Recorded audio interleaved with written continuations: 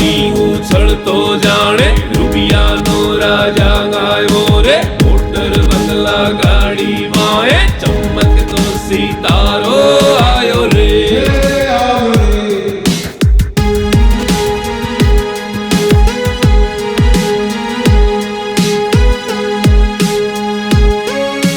કર્મોની કેડીએ જાણે ફળફળતો અંગારો આવ્યો ધર્મ નિયમને પાછો ઠેલી કળિયુગનો પડછાયો આયો રે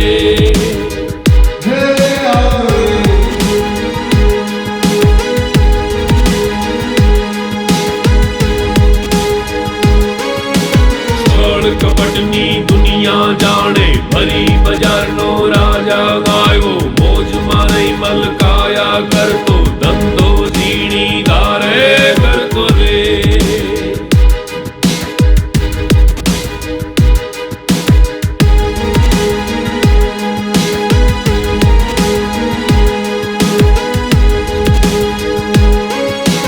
વટ વચન ને વેરે જાણે હાવજનો દુલારો આવ્યો ચપટીના ચટકારા કરતો નામ કિશનલાલ કેતો આયો રે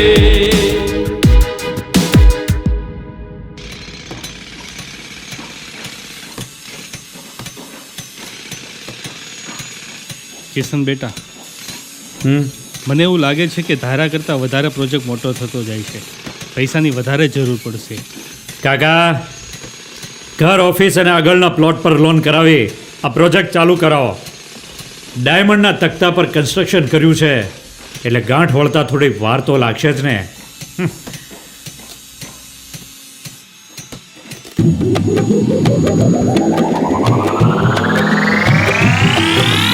આગનો અંગારો જેમ જાય તો કેરો ગોળો હસીને ફસાવે લાગે બંદૂકનો એ જોટો મીઠું બોલી કેવો તે ડરાવતો જાણે જાળ નાખી જોને લૂંટી પૈસા પડાવતો જાળ નાખી જોને લૂંટી પૈસા પડાવતો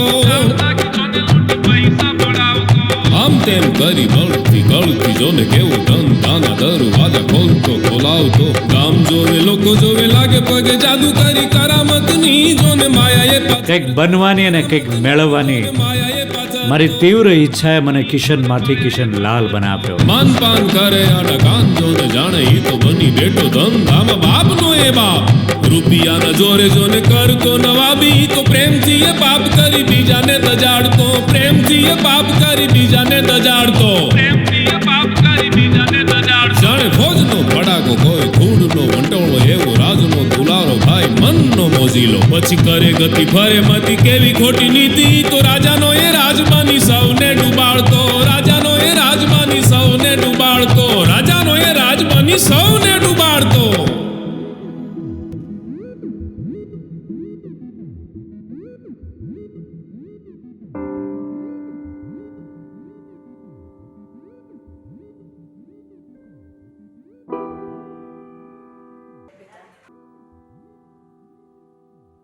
મમ્મી આ કિશને ઘર અને ઓફિસ પર લોન લઈને કન્સ્ટ્રક્શનમાં બહુ મોટું રિસ્ક લીધું છે શું વાત કરે છે તું? હે ભગવાન, આ છોકરો શું કરવા બેઠો છે કઈ સમજ નથી પડતી. અરે તારા પપ્પાએ કેટલી મહેનતથી આ ઘર ને ઓફિસ ને બધું વસાવ્યું છે, એક ઝટકામાં બધું ઉજાડવા બેઠો છે. કિશન, આવું શું સાંભળું છું? તે આ ઓફિસ અને ઘર ઉપર લોન લીધી છે? મમ્મી, તને આ બધું રવિએ કીધું ને તો સાચું જ કીધું હશે. મારો નાનો ભાઈ નાની નાની વાતોને સારી રીતે સમજાવી શકે છે.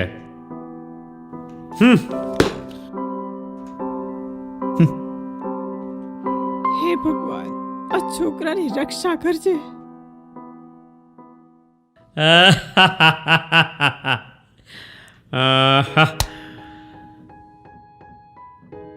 કાકા, હું મારા સપનાની ખૂબ જ નજીક છું.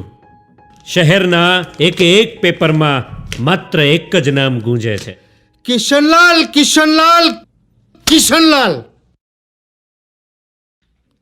આ 3-4 મહિનામાં તો કિશન આખા શહેરનો બાપ બની બેઠો છે.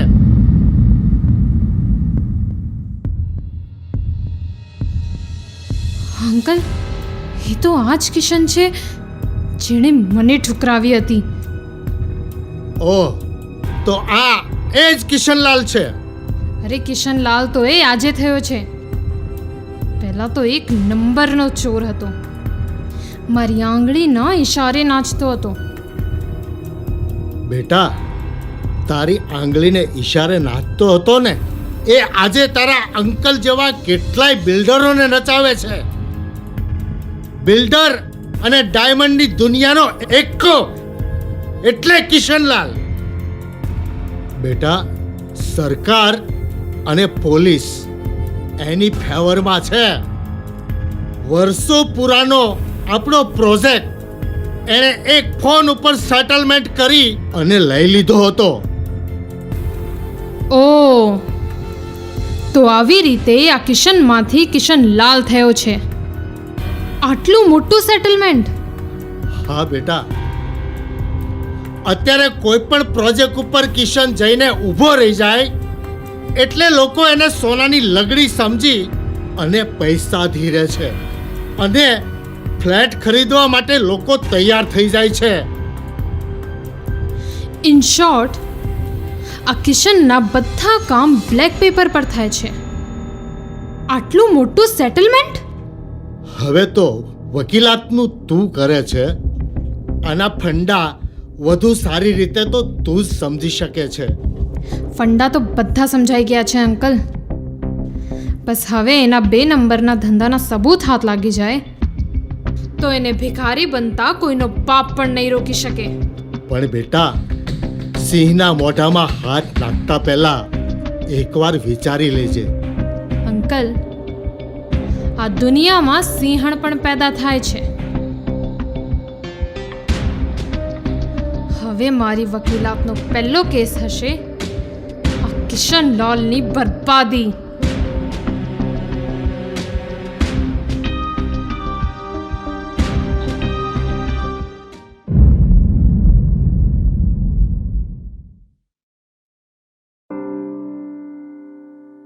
બેન, તમે તો જાણો જ છો, નવીન અને હું નાનપણના મિત્રો હતા. પણ સંજોગાવસાથ મારે 2 વર્ષ મારા દીકરા પાસે યુએસએ જવું પડ્યું.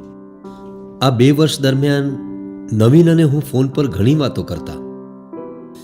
ઘણી વખત ઇન્ડિયા આવવાનો પ્લાન બનાવ્યો પણ પોસિબલ ન થયો. અને ફાઇનલી જ્યારે ઇન્ડિયા આવ્યો ત્યારે હું નવીનને સરપ્રાઈઝ આપવા માંગતો હતો. પણ એના સમાચાર સાંભળીને જાતે જ સરપ્રાઈઝ થઈ ગયો. કાકા, પપ્પા તમારી દોસ્તીની ખૂબ વાતો કરતા. સ્કૂલ અને કોલેજના તમારા મસ્તી ભર્યા દિવસોને યાદ કરીને ક્યારેક ક્યારેક રડી પણ પડતા. બેટા, એ દોસ્તીનું ઋણ ચૂકવવા માટે જ આવ્યો છું આજે. એટલે ઇન શોર્ટ, મારી બંને દીકરીઓને હું તમારા ઘરની વહુ બનાવવા માંગુ છું. હા, તમે શું કહી રહ્યા છો ભાઈ? હા બેન, મારા ભાઈબંધનું આવું સંસ્કારી કુટુંબ હું દીવો લઈને શોધવા જાઉં ને તોય ના મળે. ભાઈ, જે ઘરમાં નીતિ ક્યારેય ચૂકાઈ નથી એ ઘરમાં આજે અનિતિનો પૈસો આવે છે. મમ્મી ને કાકા, મારા મોટા ભાઈ વિશે તો હું બધું જ જાણું છું. કિશન હવે અનિતિના માર્ગ પર ખૂબ જ દૂર સુધી ચાલ્યો ગયો છે. પણ બેન, મને તમારી ભક્તિ અને મારા ભાઈબંધની જેમાં શ્રદ્ધા હતી એના પર મને પૂરેપૂરો વિશ્વાસ છે. એણે આ ઘરમાં ધર્મને સિંચ્યો છે એટલે આજે નહીં તો કાલે એમાં ભક્તિની કૂંપળો ફૂટશે જ. બેન, એક સમય એવો હતો જ્યારે મારું જીવન વ્યસનોમાં ડૂબેલું હતું. એવા સમયે નવીને મારો હાથ પકડ્યો અને મને સંસ્કારોનો સાચો માર્ગ બતાવ્યો અને મારા પરિવારને નવું જીવન આપ્યું. આજે એ જીવનનું ઋણ ચૂકવવા માટે જ હું અહીં આવ્યો છું. દેવચંદભાઈ, આજે તમારા ભાઈ હોત તો બેન, તમારે ચિંતા કરવાની જરાય જરૂર નથી. આ ઘરમાં ફરીથી ધર્મની ધ્વજા લહેરાશે. મારા ભાઈ, હું તારા પરિવારને જરાય વેરવિખેર નહીં થવા દઉં. મારી બંને દીકરીઓ તારા પરિવારને ફરીથી સ્વર્ગ બનાવશે અને આપણા સંબંધોને ઉજળા બનાવશે. દેવચંદભાઈ, મિત્રતાના તો ઘણાએ પાઠ વાંચ્યા છે, પણ આજે તો સાક્ષાત દર્શન થઈ ગયા. લક્ષ્મીબેન, મારો ભાઈબંધ ભલે સ્વર્ગે સિધાવી ગયો, પણ હવે આ ઘરને પોષણની જરૂર છે. એટલે લગ્નની તૈયારીઓ વેળાસર કરજો. અને હા, મારી પત્ની અને મારી દીકરીઓ હવે ઇન્ડિયામાં જ રહેવાના છે. અરે પણ એકવાર એમને પહેલા પૂછી લો. એમને પૂછીને જ આવ્યો છું. ધર્મમાં ભક્તિ ભળશે ને તો ભગવાન પણ રાજી થશે. જેવી મહારાજની ઈચ્છા. અને હા બેન, મારી પણ બીજી ઈચ્છા છે. બીજી ઈચ્છા? બોલો ને ભાઈ. તમે જાણો છો લક્ષ્મીબેન, હું ધારું તો મારી બંને દીકરીઓના લગ્ન કરોડો રૂપિયા ખર્ચીને ખૂબ જ ધામધૂમથી કરી શકું એમ છું. હા, તો અમારી તરફથી પણ કંઈ કચાશ નહીં રહે ભાઈ. જોજો ને, અરે આખો સમાજ વાહ વાહ કરે એવા લગન ધામધૂમથી કરશો. સમાજનું તો એવું છે ને બેન, કે તમે એમને સોનાની થાળીમાં પણ જમાડો ને તો દાળમાં આવેલા નાનકડા કાંકરાને પણ મોટો પહાડ બતાવશે. અને સમાજને તો રાજા રામ ખુશ નથી કરી શક્યા, તો આપણી તો શી વિસાત હોય હવે. કાકા, મને કંઈ સમજાતું નથી. બેટા, કાકા એમ કહેવા માંગે છે કે આપણે આ લગ્ન એકદમ સાદાઈથી કરવાના છે. બરાબર, તમે મારી મનની ઈચ્છા બરાબર સમજી ગયા. પણ કાકા, લોકો અરે બેટા, લોકો સબસે બડા રોગ ક્યા કહેંગે લોગ. હવે તમારા બધાની જો ઈચ્છા હોય ને તો આ રોગને જળ મૂળથી ઉખાડવાની શરૂઆત આપણે આપણા આંગણે જ કરીએ. બોલો, શું કહો છો? હા, તો કરો કંકુના. હે? કરો કંકુના. ચાલો ત્યારે હું હવે રજા લઈશ. જય સ્વામિનારાયણ. જય સ્વામિનારાયણ. જય જય સ્વામિનારાયણ. સ્વામિનારાયણ.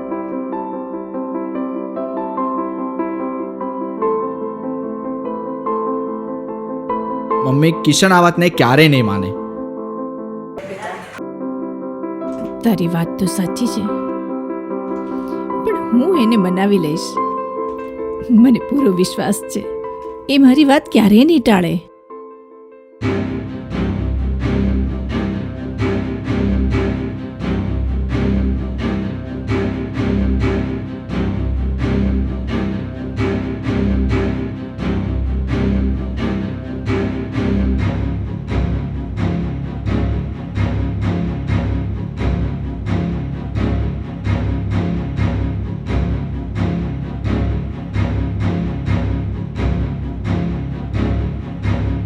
કાકા, આ ફાઇલને ખાસ જગ્યા પર પહોંચાડવાની છે, બરાબર?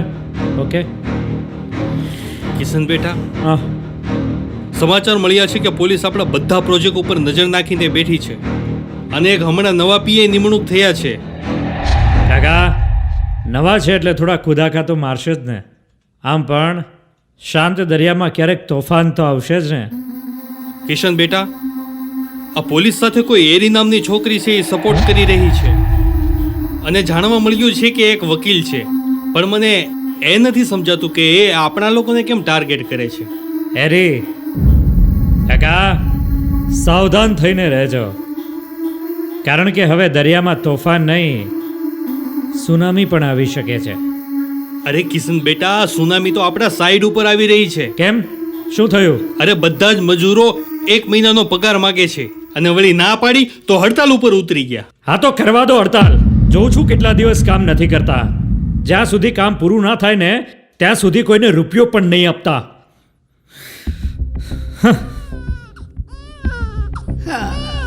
હમણાં સેટ આવે ને બેટા, એટલે પૈસા લઈને તારું દૂધ લઈ આવું મારા દીકરા. સેટ સેટ સેટ શેઠ શેઠ શેઠ શેઠ શેઠ શેઠ મારા ઘરે ખાવા માટે અનાજના પૈસા નથી. શેઠ મારો દીકરો દૂધ વગર સૂતો છે. મને થોડા પૈસા આપો અનાજ ને દૂધ માટે. બહુ મહેરબાની થશે. જુઓ, બહુ મહેરબાની. જ્યાં સુધી કામ પૂરું ના થાય ને ત્યાં સુધી કોઈને એક રૂપિયો પણ નહીં મળે. મુન્ના મુન્ના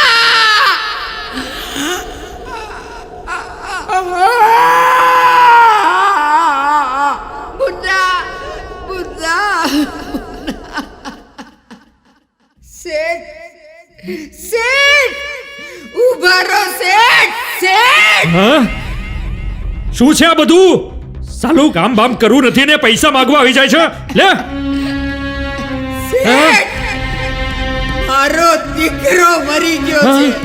હવે આ પૈસાને શું કરું આ પૈસાને? પણ યાદ રાખજે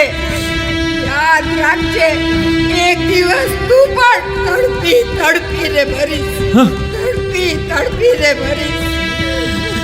તારા ઘરે ખુશીઓનો પાર નહીં હોય અને આ સુરત, આ સોનાનો સુરત તારા મોવાણા લેતો હશે. એ દિવસે યમરાજ તારા આંગણે કાળ બનીને આવશે અને ધરતી પરથી તારું નામો નિશાન મિટાવી દેશે. આ એક તડપતી માનો શ્રાપ છે તને. હટ! તું તડપીને ચાલ ચંકી. તડપીને ભરીશ તું.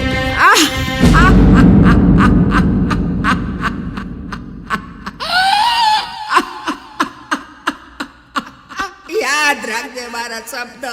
તું નહીં જીવે એક દિવસ તું પણ તડપીને ભરીશ. ના! क्या हुआ?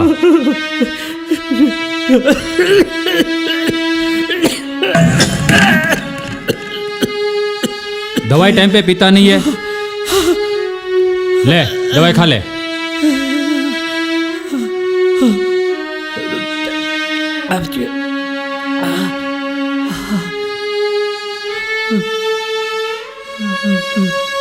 अब बता क्या हुआ? बुरा सपना देखा. शांत शांत सो जा, आराम से सो जा.